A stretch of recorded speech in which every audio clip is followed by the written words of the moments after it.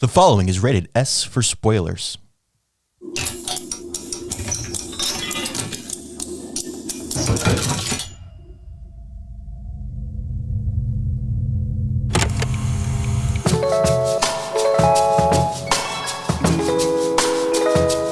Hello and welcome to the Popcorn Hangover. My name is Alex. My name is Graham. And today we are discussing Kaleidoscope, the latest, greatest show on Netflix, created by Eric Garcia, starring Giancarlo Esposito, is apparently how you pronounce his name.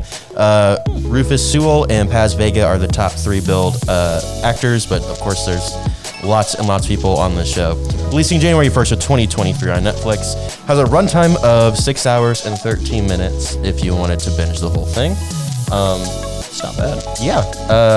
Graham, for our audience members who may not know what Kaleidoscope is, do you want to give like a quick rundown of the general premise?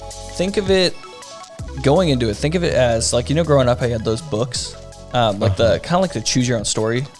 It's kind of like that, not really, but like the way you can watch this show is a show based about a heist. There's about 8 episodes in total, and no matter what order you watch your episodes in, you're basically getting the same story just through a different perspective, which is a really great idea. I thought it was really, really cool. We both watched different, similar but different orders of episodes. Yeah. Yep. But no, I like the concept of it. I like the show. Yeah, it's a very interesting concept. Yeah, I don't know. This is a weird thing to talk about because both of our experiences were so drastically different. So I guess I'll just say, like, what were your thoughts on the show? I honestly, overall, like, after watching it through, like, I'm shocked to think that there's other ways to watch it. Like, honestly, the way I watched it, I was like, yeah, like, that makes complete sense start to finish. There's no other way. I could have watched that. And I honestly wish I could, like, forget everything I saw and rewatch it in a different order. But like, it was really well done. Like, every episode, again, no matter how you watch it, is so, like, fluid with each other that you're really not questioning much. My biggest thing with a lot of these shows is I always feel like I'm going to forget something or, like, not be able to, like, retain information from a episode I saw three episodes ago for what's coming next. I mean, I think me and my wife watched it within, like, 2 days. I think it was, like, within a day or so. It was really quick. So, like, we watched everything straight through. But we, like, I don't know. Overall thoughts, like, it's probably one of the best shows I've watched, especially with Netflix. Not their biggest fan, but on Netflix, no, I thought it was really great. It was really well put together. Okay. I agree with you on some aspects of that. Okay. I thought it was fine. And I do think part of that is the order I watched it in, and we'll get to that in a second. But, like, I will say one of the things I appreciated, but as I got further into it, I was getting kind of annoyed with, was, like, how they were finding the balance of any episode can be the first or the last that you watch, and how things just don't get mentioned because they want to keep it a surprise for a later episode, or, when they will be a really big deal in this one episode, but then the buildup and the repercussions of that you can't necessarily have outside of that one episode. For example, the one dude who got, like, his hand shot or whatever. Yeah, big guy. Can't remember his name. I can't remember anybody's name. I know. But it was Bob. Bob, that's right. Yeah. I don't know. It was odd because there's this whole deal about how, like, his hand is shot. And I guess, like, that could be, like, I was kind of, because I didn't watch that episode where his hand does get shot first. I was seeing it and I was like, what's the big deal with his hand? I thought it was this big, like, mystery. And then I realized it was just a really random event that they had to force because they wanted you to be surprised later on, which for you wasn't a surprise. It was like 3 episodes in. So I'm getting through and I'm like, oh no, homie he lost his hand. How is he going to crack the safe? Because he was like the gear guy, the safe guy. And so I was like, tough. Like, it made way more sense for me to not watch that first. So that was your first episode, or like right at the beginning? No, let's just go over that. So, you watched it in a random order? we just picked and went with it because they said it could be whatever. And I saw like on TikTok and a bunch of like social media things that it was like people were like recommending this order. Don't watch white first. Don't watch pink first. Like a bunch of things. And I was like, honestly, like I don't want to not be influenced. Like I know nothing about the show at all. But yeah, we just went through and we're like, hey, like I think we started. I don't know if it was like 2 or 3. I think I started with number 4. No, we started with number 1 actually. Yeah, and then went down to like number 4, and then just up. Yeah. So you did. We just picked at random after episode finished. Yeah, so you did yellow, violet, orange, green, blue, red, pink, and then white. Yeah.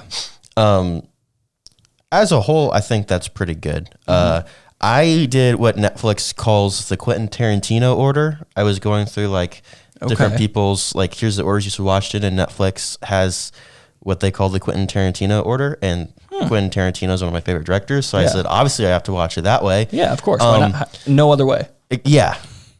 And so it wasn't, for the most part, it was actually pretty good, and I could see why they called it the Quentin Tarantino order. So my order was blue, green, yellow, orange, violet, pink, white, and red.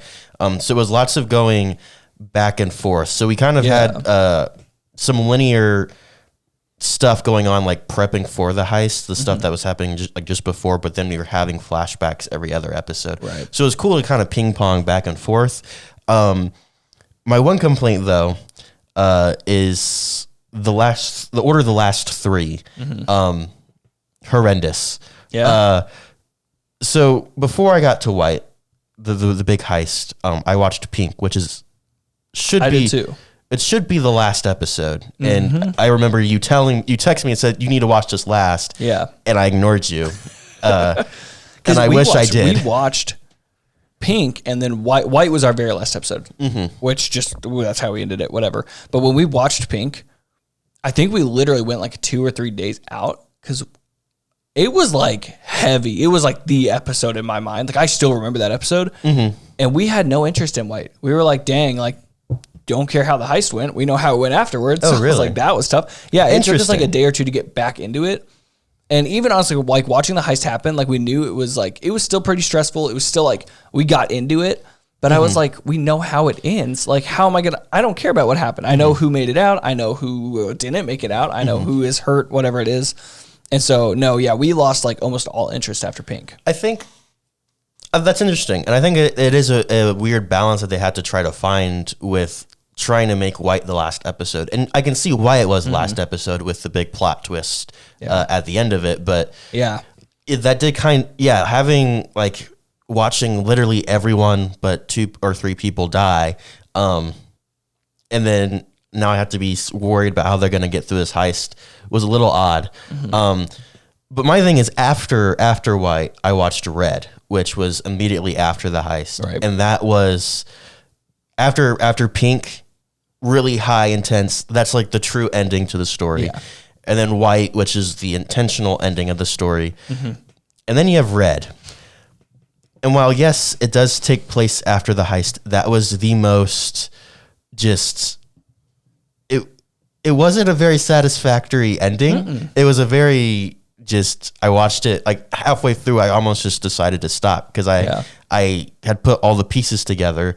So I was just sitting there like, all right, well, I have nothing to gain from this. I feel like it's just a waste of my time at this point. Like I was actually checking my watch, which I didn't do for the other episodes. Right. I was pretty invested in most of them. I know. See, with pink, I didn't like how it, like that I feel like should have been the ending. Like that should be the last episode because the way it leaves everything. But there was a lot just like left open. And so that's like one reason why we did watch the last episode white, because we were like, maybe there's something we missed. Maybe there's something that does tie in. But it doesn't, you know, like I remember like homie gets capped off at the beach. He dies. The one girl, I can't remember her name. She just leaves. Yeah. Ava leaves, the green dude. I called him Huey the entire movie. Like from The Boys? Yes. That's all I can see. They don't actually look too similar, but like they're like geeky, scrawny, they have white like very boy similar style. haircuts. Yes, and haircut. Yeah, I was like, that's Huey. And I was like, no, it's not. But Stan, yeah, she just up and leaves him at a food truck, takes Bob's car. And I was like, what the heck? Like I was so lost okay, so I think that's the cool part though, is while I was watching it, I said, okay, that makes a lot of sense because of X, Y, and Z. Because the order I watched it in, that seeing the fight between the love triangle was really interesting. So here's a question for you. So I was talking to friend of the show, Nate, about his order that he watched it in. He watched it in chronological order for the universe. So he watched violet, green, yellow, orange, blue, red, pink, and white. So he watched every event in order except still having white at the end. Okay. And he asked me a really interesting question. And the question was, who was the main character for you? And I thought it was a silly question, but we both had two different answers. So who to you was the main character?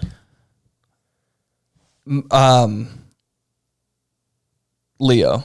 Okay. Yeah, that was hands down. Yeah. I would agree. I had a little bit in my beginning because it showed like Stan's family and his wife and his mom, who he also just up and left. They got dropped dead pretty quick, and I was shocked. But like, I was like, okay, maybe this is gonna tie in like the two of them, because they also had their flashbacks in jail. They were partners for a while. But then it was also like, I thought it was either their duo was like what this is about. Also, but when the flashbacks came, because the flashbacks for me came like towards the later end, I think like 5 or 6 episodes in. And then of course you have like Roger, like the bad guy, and Leo, and their whole like flashbacks of them being partners together. And I was like, this is so tangled. But overall, like, but even between those duos, like Leo still ended up being like the main character from my point of view through all of this. I would agree. Leo was definitely the main character from my perspective. Okay.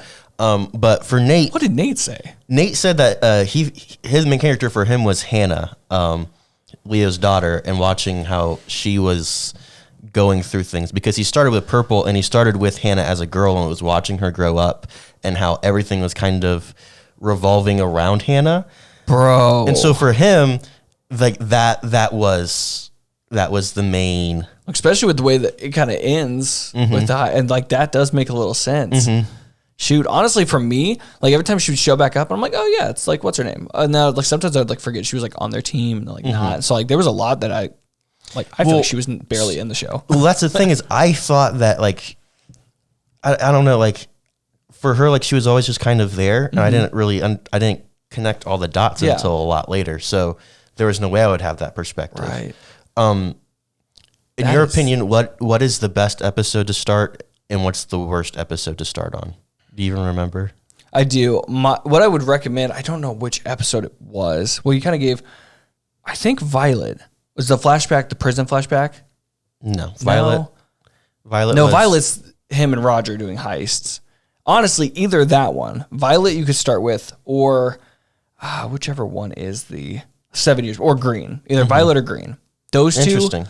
Honestly, just because it either gives you, again, like the way I saw it, like either Stan and Leo were partners from jail. They were cellmates. They worked their way, earned each other's trust, both got out. Or then you also have like Roger and Leo's kind of like buddy thief game going. Sure. So I would say start with those two, because then you're also getting an idea of like Leo needed the win. He needed to get out of jail. He also missed his daughter. But then also like if you start with like Leo and Roger, then you see like where he came from and like kind of why he's doing this, because then you also like a few episodes later are going to realize who he's robbing. So like I would say either of those two episodes I feel like you could start with and be fine. Yeah, I think the best episode to start on is Yellow, where it's literally just an introduction to That's what I started with. every single character. My intro was interesting. I started with Blue, which is like Leo being, all right, it's time, like, let's practice the heist, let's do this. And that was really... It's a very intense introduction. It was very engaging, though, because I was like, okay, like, we have all these people, I don't know who they are, but there's stuff going on, and this is, like, it caught my attention very quickly. And then we went back to Green, and kind of saw how Leo and Stan met and all of that jazz. And so that was really cool. And that, like, the flashbacks make it Leo's story, and so having it the order I did is part of why he was the main character for me as well. But you said something a second ago that made me think, was Roger a good villain? Were you ever rooting for him? Were you like, he's the worst? What were your thoughts on him as a character? Honestly, in the flashbacks, when he was like the friend, and then of course, like he leaves Leo's wife, he doesn't save. Like when I saw that, I was like, yeah, that guy's a dick. Like, he is the bad guy. I mean, not gonna lie, he did like create a fake identity and like, Sure. I mean, homie did like turn his life around. He had $1 billion industry. He was security capital of the world. Like, he had very powerful people he was working for. Like, he was doing great, honestly. So I mean, like in the beginning, like I understand why Leo did it, like why he was going for the heist, but also, man, like you could just leave it alone. Like, he's doing fine. Like I would like 50-50. Like, he's definitely the bad guy. I think it comes back to because he did like low-key like leave his wife to die. But like if it wasn't for that, then yeah, I would say it's just like two dudes that just never talked it over is honestly what it comes down to. But Sure. with that whole aspect of him, like, yeah, not saving Leo's wife, just letting her die. Yeah, I completely, no, yeah, he's the bad guy. Leo had he was right. I don't know. I had very different thoughts on him because for me, he was a mystery up until the end.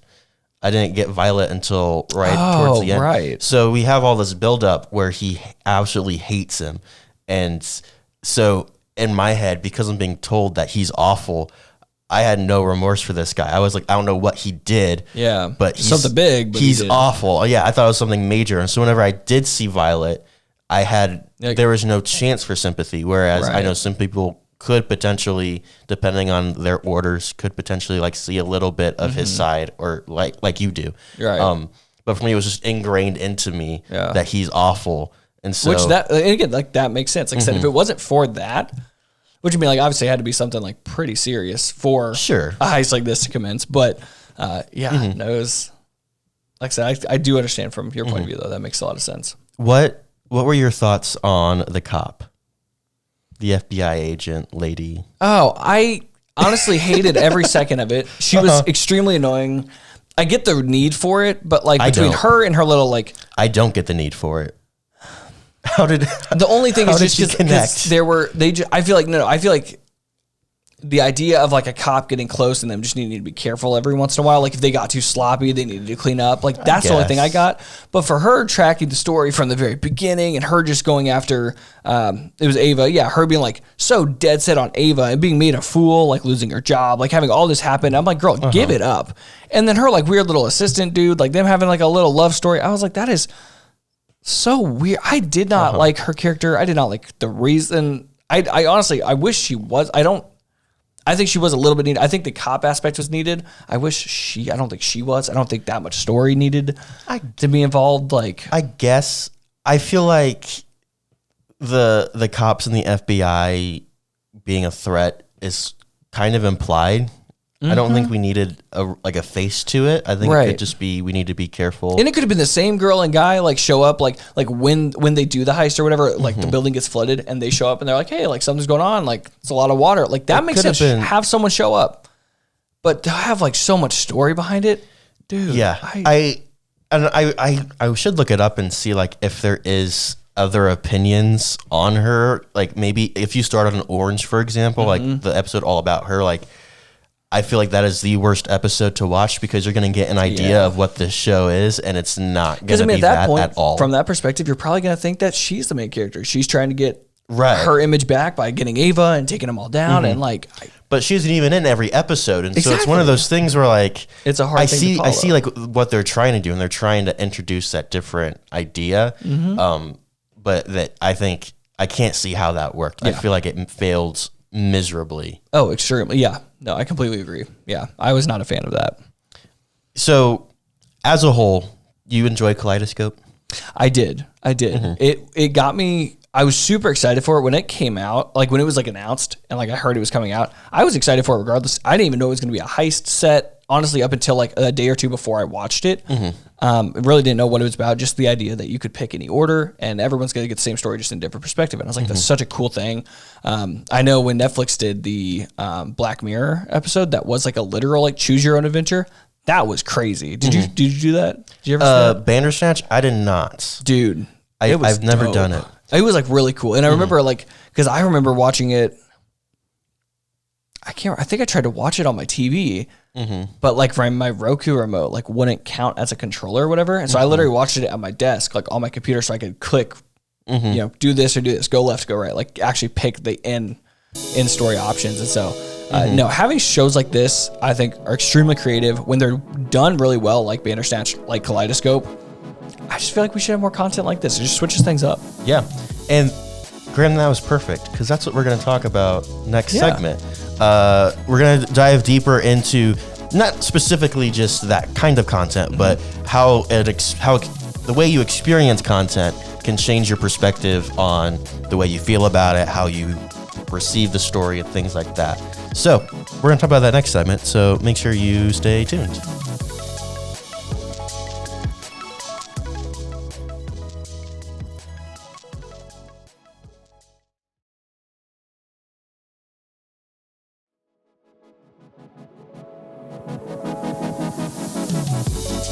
Welcome back. We're back. We're discussing I don't even know really how to describe the rest of this segment. A lot of it is spawning from a conversation that Brennan and I got into on our Andor episode. So if you kind of want a part 1 to this, I would go listen to our Andor episode, specifically the second half of that one. So, and this is kind of a follow-up and a bigger elaboration on it. Because you were talking about how, when you experience things in different formats, it can completely change the way that you see how that thing is.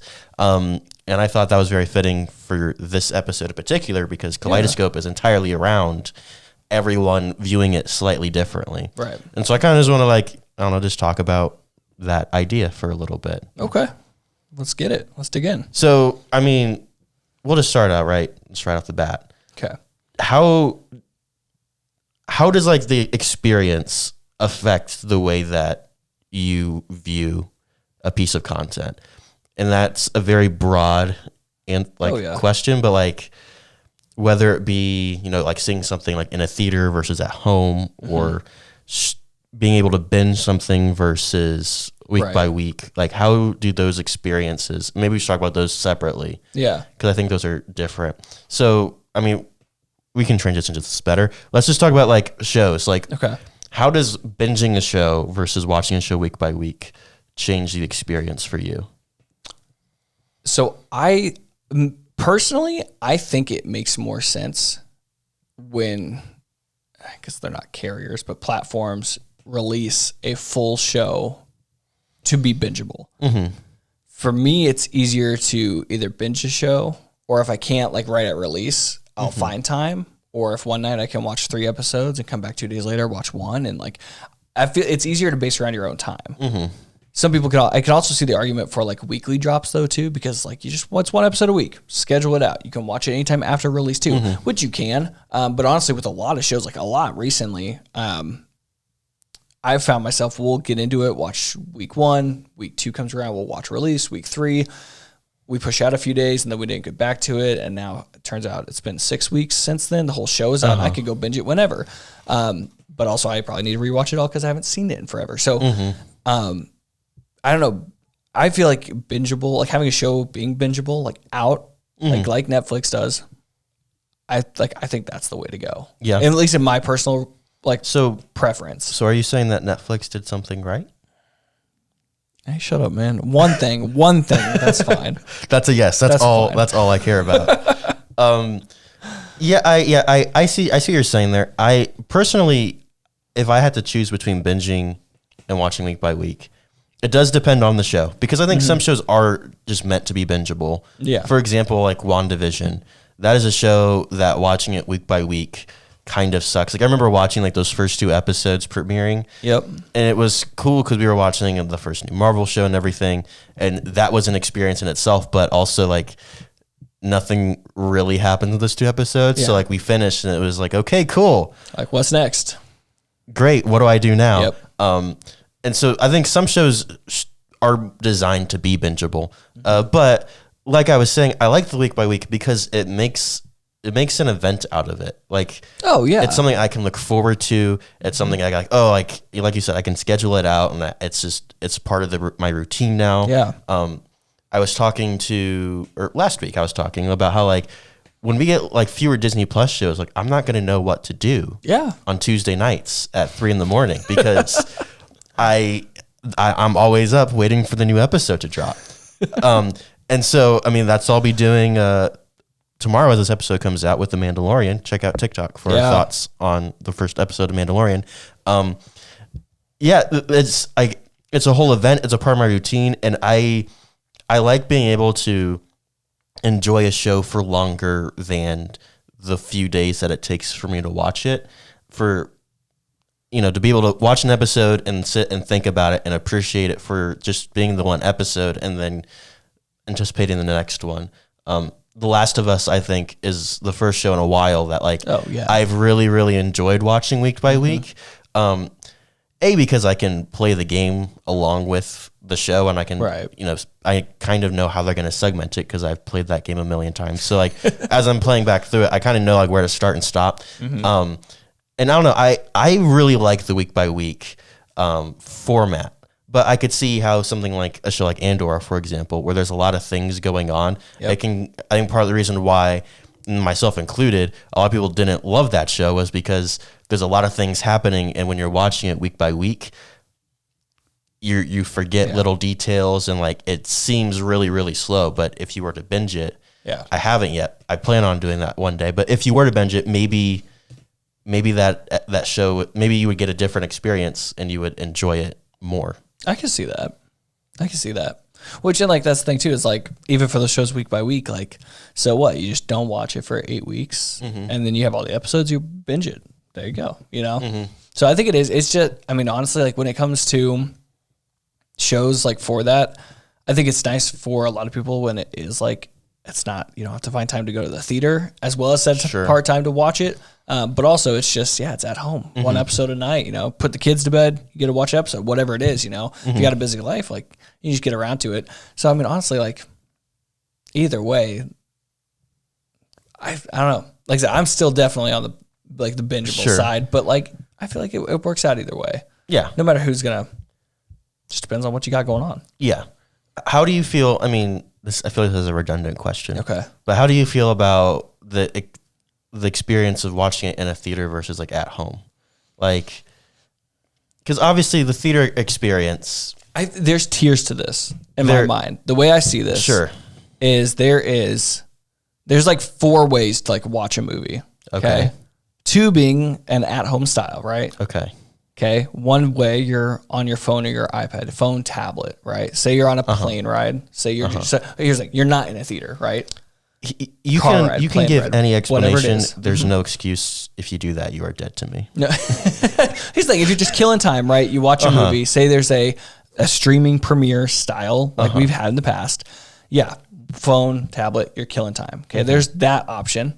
Again, you're probably dead to me too. I don't know why you would watch that, but wait till you get home. It's just not worth it. No. Then you have your at-home option. Now, when that was happening, now don't get me wrong, big supporter of theaters. I don't want them to ever go away. But that was great.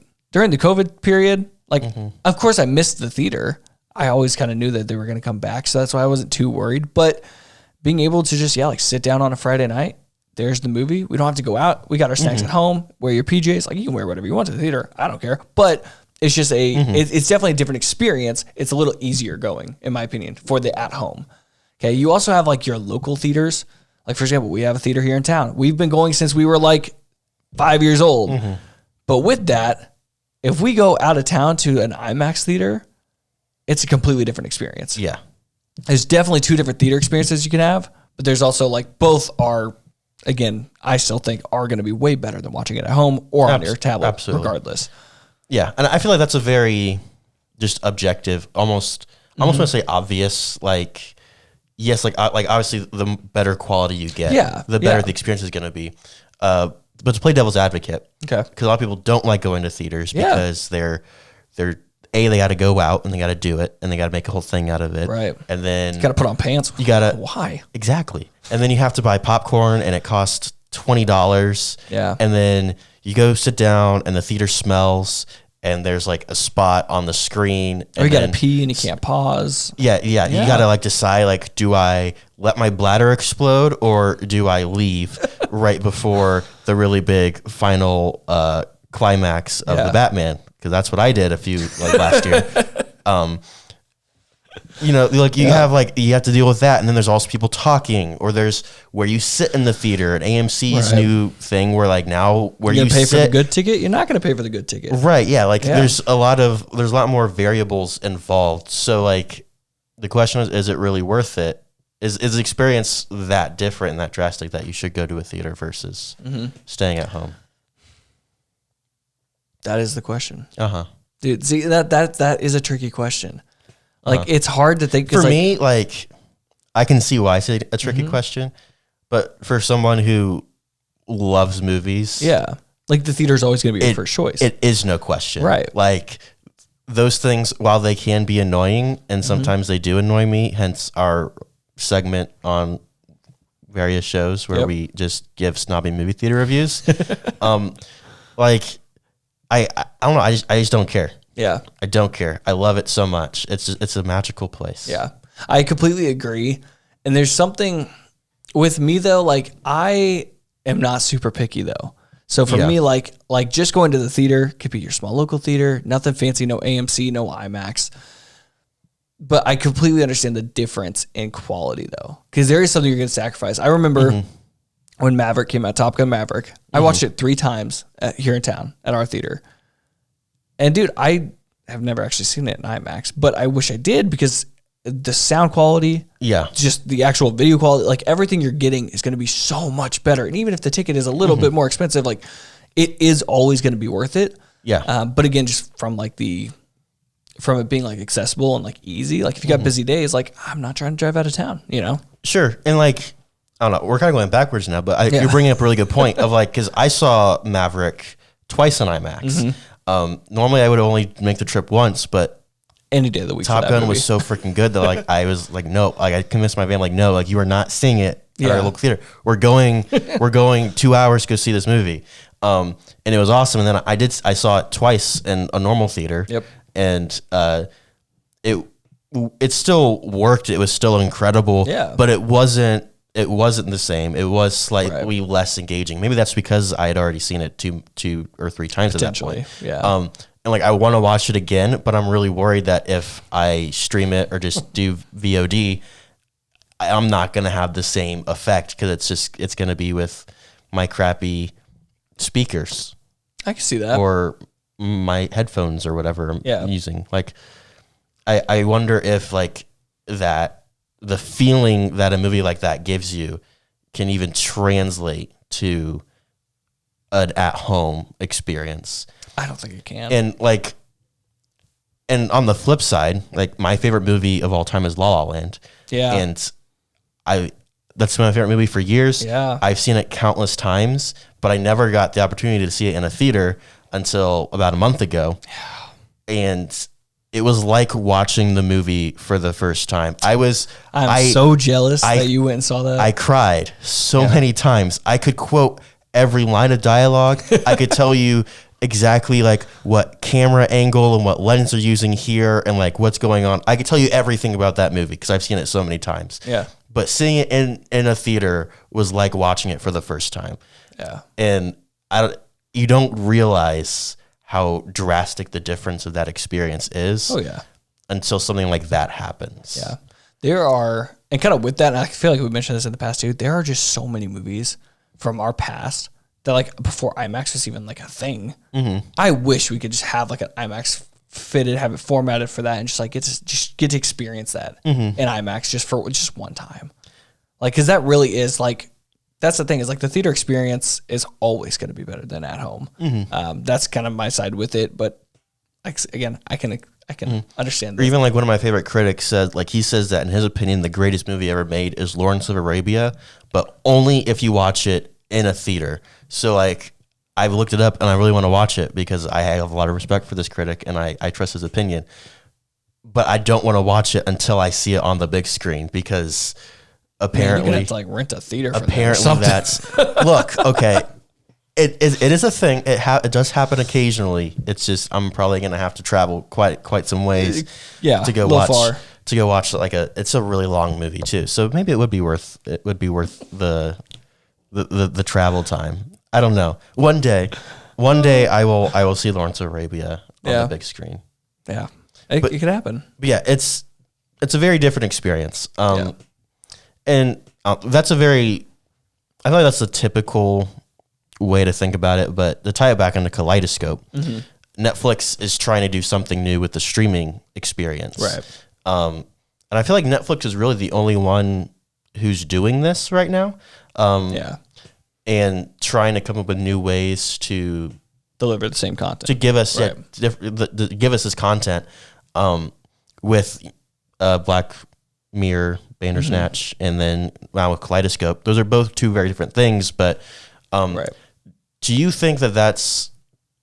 Well, let's start with this. Like, how do you think that these shows would work if they were made in the normal fashion? If this was just, you should watch Kaleidoscope in a particular order to understand the story. Kaleidoscope, absolutely. I think that would be completely fine. Yeah. I think people, especially, again, with it being bingeable, whether you watch it in like a chronological order, if they do put it in that fashion, like, yeah, I don't think there'd be any issues. I feel like people could sit down, watch start to finish, still have all the love for the characters and just the show itself. I think it'll work no problem. Because honestly, like, you can watch it in that order right now. You perfectly understand it. Like I said, it's cool you can watch it in any order, but yeah, I feel like Kaleidoscope would do great. When it comes to Bandersnatch, like, I feel like that was, for that show, obviously it's being built around something that others are going to control. Like, you have so many different endings. Right. So I feel like, honestly, if there was just one specific storyline through that, I think a lot of people would honestly find it boring. I don't think it would do that well. Interesting. I don't think it did that well to begin with. When it did come out, I can't remember. I think it did. I thought I heard good things about it. I think it did. I enjoyed pretty it, well. But like I said, I just never saw any, like, couldn't remember Pretty any sure it was numbers or like anything number for one it. on Netflix for a very long time. I feel like almost everything that just gets dropped. I mean, if people give it enough hype, like, it's going to be number one for like a week. Sure. But again, no, it's I think it just depends on the show. Like I said, Kaleidoscope, yeah, I feel like would have no problem. But there are some, though, that, like, when you take a risk like this, it's only going to work like this. You're just not going to get it as a normal format. Yeah. Yeah, I agree, kind of. Like, I think this show was a really good test pilot. I don't think this was a perfected version of what this kind of style of show could be. Honestly, I feel like doing the heist genre is a bit of a Like crutch for them. I would really like to see a show in this style about, like, and be like a Sherlock Holmes kind of thing, where you follow a detective or a murder mystery and then you're seeing different pieces of the puzzle. And so that way you can still have one ending. Obviously, whoever did it is always going to be the same, Right. but the way that you get each piece of the puzzle can be different. And then in turn, that could change your perspective on how things are playing out. I think That would be crazy. I think that genre would work in this format a lot better than than a heist. And I don't know. I just don't know if I would. I don't know how I feel about this being like a norm. For example, like, if this became the new thing, like where we got 3 or 4 shows on every platform like this, where it was a choose your own adventure. I don't know how I would feel about that, because I feel like sometimes, or like, I mean, TV and film is art, and while art is subjective and can be interpreted in any way, I feel like the creators obviously have an intent and a message that they're trying to share, and when you're purposely trying to mess with that, it just you're going to naturally have issues with the show, and like loophole, like plot holes, and just things aren't going to be as nice and tidy and as objectively good as they should be. We didn't mention this earlier, but like when you look at a critical reception, looking at the show critically, not as an experience, but just as what it is, it has a Rotten Tomatoes critic score of 49% and an audience score of 46%. Dude, those are low. Very low. What the heck? Yeah, IMDb has a 7.1 average. Great. That's what I came up with, because it also included Black, like the little intro episode, which people rated really low because it's a 30-second intro. Yeah. So I forget what IMDb's official score was, but for the actual 8 episodes, it's a 7.1 rating. Everything was with either 7 to 7.2 is in that range except for Orange, the detective episode, which was at a 6.8 naturally.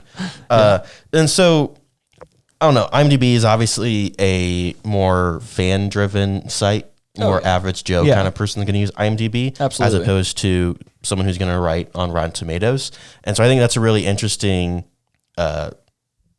perspective. Yeah, really interesting perspective. An interesting like marker to kind of say like, objectively, the show isn't great, but the experience made it enjoyable and made it what it is. Which, and like honestly, for kind of wrapping like what you said, like it's a heist. It's heist shows and like movies honestly are kind of old. They've been overdone. Like when it's something where it's like you don't really have to. No, exactly. No, you don't have to really think necessarily as much to the story. You're really doing it for the experience. And to be fair, I really liked the story. I liked how each episode was able to tie in fairly well. Again, like I haven't watched it in any other order, but I thought it was pretty great. Like I said, it was pretty intense in some episodes, and even those that weren't, the story was still interesting enough to keep me going along. So I had nothing really bad to say about it, story wise. But yeah, the experience, that's what you're coming in for. But yeah, I don't know, because I guess some people though, if they go in, they're just not gonna know to mix it up. Which actually, I'm curious because our Netflix, when you were watching this, when you ended an episode, did you just give you the next one in order, or do you remember just giving you a random episode? Yeah, I gave me the next one in order. I heard a lot of people said that Netflix was giving the show to people in different orders, but everyone I talked to had it listed in the same order. I went on like every account on my family or whatever, and we all had the exact same order. That's what ours did too, and so that's why we just had to go back, drop down 5 episodes, pick one, go up, pick one, and just kind of do our own order. But I was like, honestly, like they should have just shuffled the show for people. Because like say someone does just stumble along it. That would be interesting just to have a shuffle episode. Yeah. Which I mean, they have the shuffle feature, so I'm surprised they don't. Well, like, is that for episodes, like for TV shows? Because that could be really interesting. Netflix is any totally show, off topic. Sorry, yeah, completely off topic. Netflix shuffle button is for any show, TV show in your list. So any show that you have like favorited or so I'd say like it'd be cool if like you've watched every episode of The Office 20 million times and you just want to watch whatever. Just a random one, yeah. Like for us, we did that once. Really literally, it was like an episode of The Office, and then we got like an episode of New Girl right after. Oh, and interesting. Then I had like Arrow from like 6 years ago, like season 4 comes on, and I was like, it is just like not like all in one show. It is just like it's like watching TV. Like at 3:30, you're gonna get this show. At 4:00, it's this show. 4:30, it's this show. Like you just get different episodes. Like if you're just like streaming like cable TV, like that's what that is. That's really cool. So that's what I thought they were going to do with this, to where like no one is going to get to watch You would agree that's cool, right? Man, okay, listen, I don't, Netflix is not my favorite platform. I just, yeah, sure, they have a couple wins under their belt, don't get me wrong. The shuffle feature is nice, and Kaleidoscope is cool. Other than that, their prices are really expensive for what it is. I don't know. All right. Get off my back. One day we're going to have to do a Streaming Wars episode.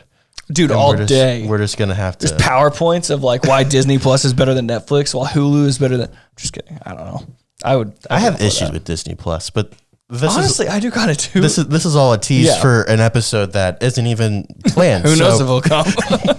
So don't get too excited, or maybe do. I don't know. Up to you. Graham, do you have any final thoughts on Netflix and how we experience? Final thoughts with this. I honestly would like to see a couple other platforms do this style, not make it a normal. I don't want this to be the new norm, but again, Netflix is not my favorite platform. I don't think they're the best in the game. And I do think like if Disney Plus or even Hulu put like a solid amount of thought into it, they could do a show like in this perspective, like platform, like what Kaleidoscope did, but just way better. I think we could like blow it out of the water. So I would like to see like even like HBO Max. I could see doing like a solid. I immediately thought of HBO Max. Yeah, like a very well like tied in, because like a lot of their shows are just incredibly well thought out, like storyline wise. So I feel like they could do really well. So like I said, not to make this a normal, but say like if a platform did this like one or two shows like a year, sure, that's great. I think that would be super fun to see. But for what Netflix has done, I got to give it to them. They're kind of killing it with Kaleidoscope. Like I said, Bandersnatch, I liked going through it. Had no problem with it. So anytime you get to have a little control over your entertainment, it's fun. I need to like clip that and like make that like your ringtone or something. Hey, shut up, man. Don't save that. We're going to delete this actually. We're going to cut that part. I agree. I would like to see a few different attempts at this and see like what this could become, because this definitely isn't the end of this, I don't think, but it's a very, very good start. Yeah. And I don't know, I think as a whole, like the one thing to take away from this episode, I think, is just there's so much content out there, and sometimes you just got to watch it, you know, and enjoy it however you feel. But I think there is a certain element of taking time and actually thinking about the way you are experiencing something. And maybe if you hated something or you really liked something, like if you experienced it in a different way, then that opinion could change. And maybe we're going to get real existential, because my brain just went there for some reason. Like, maybe you know that real life too, you know, like you don't just agree with somebody and you just, you know, put yourself in their shoes, and then there you go. Yeah. Benefit of the doubt. Who knows? Yeah. Exactly. We're a philosophy podcast now. Yeah. Come to us with all your needs, all your thoughts. Hit us up on all the social medias. Please don't. You can hit us up on Graham's social media. Delete all my accounts real quick. This has been the Popcorn Hangover. I'm Alex. That's Graham. We've been talking about Kaleidoscope and discussing how you experience content and the way that can change your perspective on it. What were your thoughts on Kaleidoscope, and what is your favorite way to experience things? Are you like Graham? You like binging things? Are you like me? Are you always going to go to a movie theater? Let us know on all the things. TikTok, Instagram, patreon.com/the Popcorn Hangover. Next week, we're going to Philly. That's my off the cuff tease, because I forgot to plan it. That's solid. Yeah. We'll see you there. All right.